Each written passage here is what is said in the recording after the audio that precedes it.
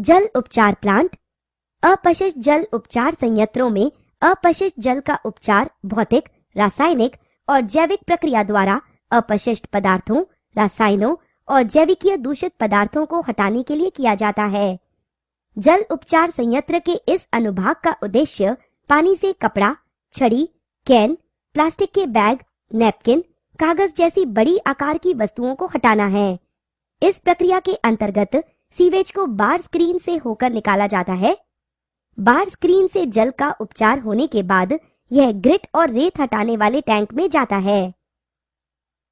इस टैंक में रेत, कंकड़ों और अन्य कणों को टैंक के तल में बैठ जाने के लिए पानी को धीमी से गुजारा जाता है। अपशिष्ट जल के कंकड़ों और रेत हटाने वाले टैंक से गुजारने के बाद इसे मध्य में लगी फिसलन पट्टी के साथ बड़े टैंक के तले में बैठा दिया जाता है।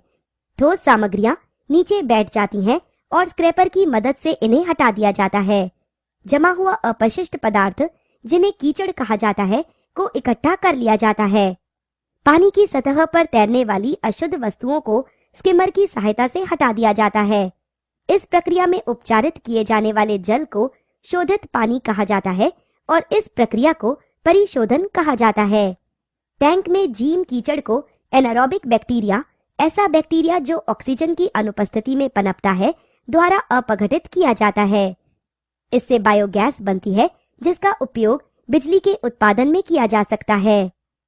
वायु संचारण। वायु संचारण वह प्रक्रिया है जो परिशोधन की प्रक्रिया को चलाती है।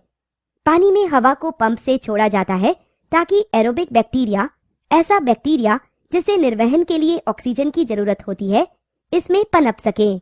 यह बैक्टीरिया पानी में शेष बचे मानव अपशिष्ट, खाद्य अपशिष्ट, साबुन व अन्य प्रदूषक तत्वों का उपभोग कर लेते हैं। शोधित जल में हवा पंप करने की प्रक्रिया में कई घंटे लगते हैं। सक्रिय कीचड़ के रूप में सूक्ष्म जीव टैंक के तल में बैठना शुरू कर देते हैं। टैंक के शीर्ष से पानी को हटाने की प्रक्रिया शुरू हो जाती है। टैंक के तल में जमा सक्रिय कीचड़ में 97% पानी होता है। यह पानी मशीनों द्वारा अथवा रेत सोख्ता कपड़ों से निकाला जाता है। सूखी कीचड़ का उपयोग खाद के रूप में किया जा सकता है। इस प्रक्रिया से शोधित किए गए पानी में निम्न जैविक सामग्री होती है। इस सब के बाद पानी को प्राकृतिक शुद्धि के लिए नदी या समुद्र में छोड़ दिया जाता है। क्लोरीन का प्रयोग। इस प्रकार के जल को छोड़ने से पहले पानी को कीटाणु रहित बनाने के लिए क्लोरीन का प्रयोग जरूरी है। इसलिए इसमें क्लोरीन की गोलियां मिलाई जाती हैं। इस प्रक्रिया को क्लोरीनीकरण या क्लोरीन का प्रयोग के रूप में जाना जाता है। क्लोरीन कीटाणु नाशक की तरह काम करती है। यह मनुष्यों और पशुओं के लिए नुकसानदेह नहीं है।